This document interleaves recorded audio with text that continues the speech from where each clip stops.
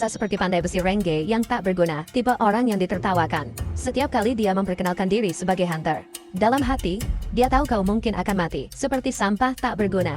Andai saja dia bisa menjadi lebih kuat dari siapapun, walaupun dia hanya kelas pendukung. Mungkin hidupnya bisa berbeda. Itulah langkah terakhir yang membuka segalanya. Dan akhirnya, Shin Jun siap memasuki dunia sebagai seorang player. Shin berlari terburu-buru di hutan, memikirkan betapa pentingnya hari ini. Di hari sepenting ini, dia bertemu dengan dua orang. Dan Nona Hunter Rank C itu berkata, akhirnya dia datang. Akhirnya kau datang, Shin. Namanya Kim Jimin.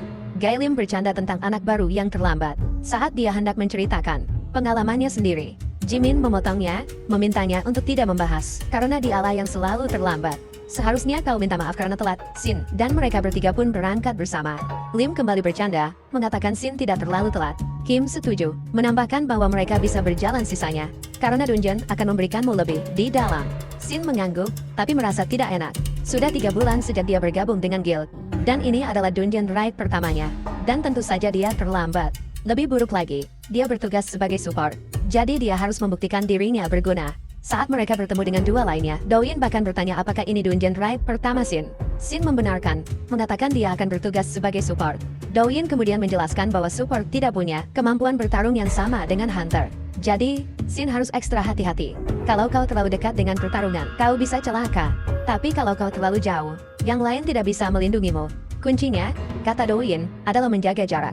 Karena Shin adalah seorang pembuat, dia hanya perlu mundur, menunggu sinyal, supaya dia bisa membuat belati saat dibutuhkan. Apakah semudah itu? Tanya Shin. Dan Douyin mengangguk, memastikan bahwa senjata Shin saat ini sudah cukup baik. Douyin juga menyebutkan bahwa ini adalah dungeon yang mudah. Dan ini adalah yang pertama bagi Shin. Jadi Shin tidak perlu terlalu memaksakan diri. Saat itu, Lee mengaktifkan mananya, menyatakan bahwa karena dia bisa merasakannya, pasti ada monster di dekat sini. Lim menyuruh semua orang untuk bersiap bertempur, dan mengatakan mereka akan bergerak dalam formasi. Douyin menoleh ke Hinmu, dan bertanya apakah ada informasi tambahan. Hinmu menjawab bahwa ada 3 jejak mana kecil dan 1 jejak mana besar. Yang besar cukup untuk dianggap sebagai monster boss. Douyin mengangkat alisnya. Biasanya, monster yang lebih besar tetap berada di area yang telah ditentukan. Dia kemudian berkata akan menghadapi bos itu, dan menyuruh yang lain untuk menangani monster yang lebih kecil. Dia bertanya pada Shin berapa lama waktu yang dibutuhkan untuk membuat belati. Jika aku bergegas, Shin berpikir sejenak. Sekitar 20 detik, jawabnya. Tapi itu hanya akan bertahan kurang dari 1 menit. Douyin mengangguk puas dan berkata itu bagus. Dan memintanya untuk mulai membuatnya sekarang. Kita akan selesaikan ini dalam 40 detik. Tepat saat itu, 3 monster biru dan 1 monster ungu muncul.